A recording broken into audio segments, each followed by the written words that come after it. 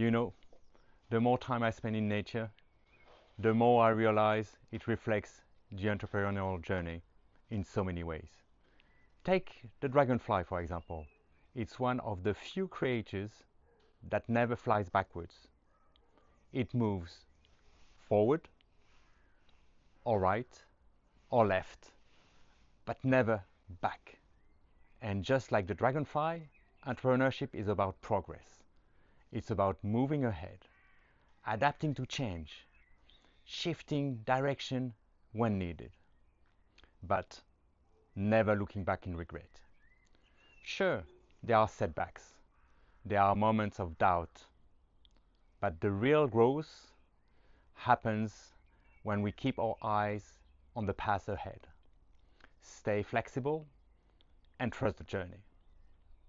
So, next time you feel stuck, remember the dragonfly. You're not meant to go backwards. Just pivot, learn, and keep moving forward. Because in nature and in entrepreneurship, forward is the only way.